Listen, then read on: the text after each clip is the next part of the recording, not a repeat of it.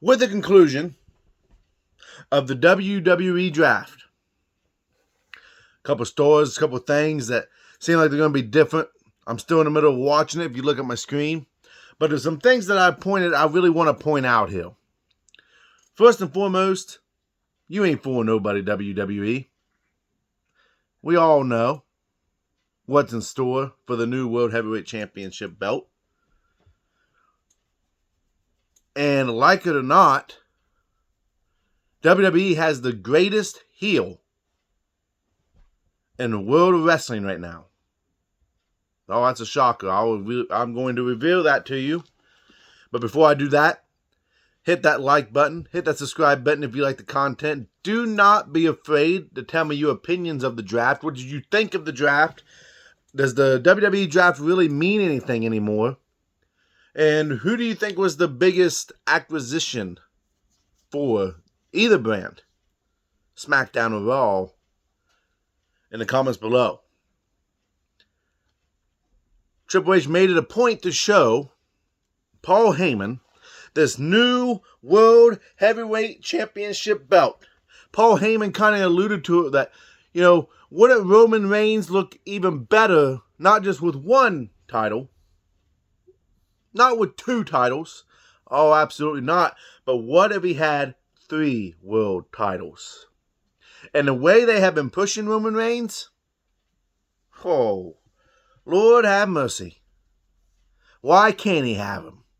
Why can't he have that new World Heavyweight Championship belt? Well, it's been alluded to not only by Triple H, but now Paul Heyman, that now that Roman Reigns has been drafted to SmackDown, that he is ineligible to compete for that new World Heavyweight Championship belt.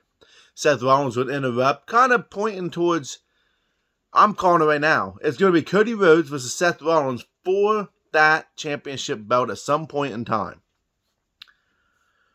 Now, Cody Rhodes being drafted to Raw, it means that the story cannot be finished against Roman Reigns, at least for now. Now, if we have learned anything from the WWE, is that the draft will hold for about 6 months, probably. Well, with the draft, you will stay on your main roster. You will stay where you was drafted. But we all know that eventually they start pushing people over from Raw, pushing them on SmackDown, putting people on SmackDown, on the Raw, and then this draft will mean absolutely nothing. That is unfortunate. It doesn't have the same effect as it once did. Back when I was younger, I couldn't get the channels that had SmackDown. So the draft really did mean something to me. When I wasn't able to watch SmackDown, when you would lose people, when Batista would be drafted to SmackDown, or when Randy Orton was drafted to SmackDown, I didn't get to see anything about them guys unless they were showed in the highlights or come time for a pay-per-view. I hope they don't go back to the brand-only pay-per-views. I think that would be dumb. So for me, the draft means absolutely nothing. It means something right now. It does have implications right now with the this new World Heavyweight Championship belt in the loop right now. It does mean something. I'm going to pick up a co-host here. This is my buddy Morven. He's a big wrestling fan as well. He wants a little bit of attention. Eventually, we're going to see Roman Reigns fight for that World Heavyweight Championship belt on Raw. It's only a matter of time. I'm calling it right now. In the words of Paul Heyman, that is not a prediction. That is a spoiler. Eventually, Roman Reigns will challenge for the belt. I am a huge fan of, if you're going to do it, you can still have your main people on your main rosters, but I do believe that there should be one world champion that will take turns defending that title on SmackDown and will take turns defending that title on Raw.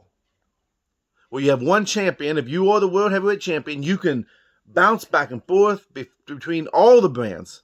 Why limit it to the main rosters? Let's throw NXT in there too.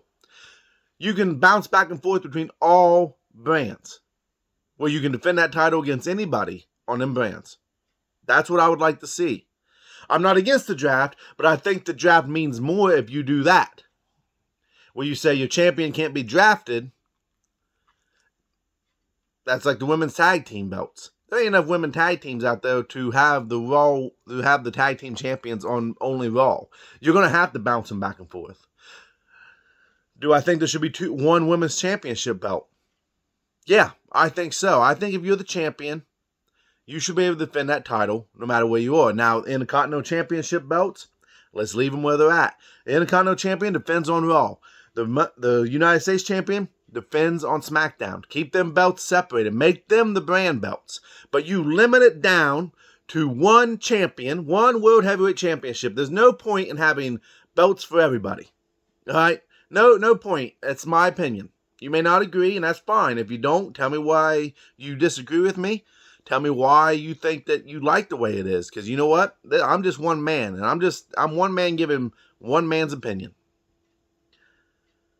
Now, here's another opinion that I've hit on in the past, but last night really, really stuck out to me. The Judgment Day would come out. And sure, they'd all get booze except for Rhea because everybody really loves Rhea. The best heel in wrestling right now is not MJF. The best heel in wrestling right now is not The Miz. It's Dominic Mysterio. The fans have spoken. Any arena he goes to, listen to the reaction he gets. People absolutely despise this guy. They hate him.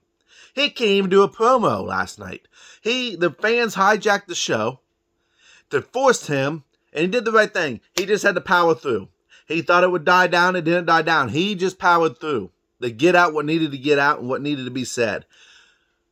Everyone wants to see Dominic Mysterio get embarrassed. They absolutely hate this guy.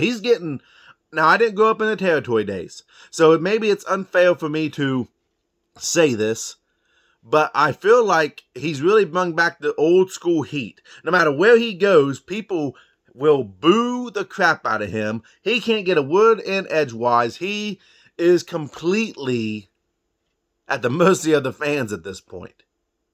Like it or not, Dominic Mysterio is the best heel in all of pro wrestling, not just in WWE. I'm talking all of pro wrestling.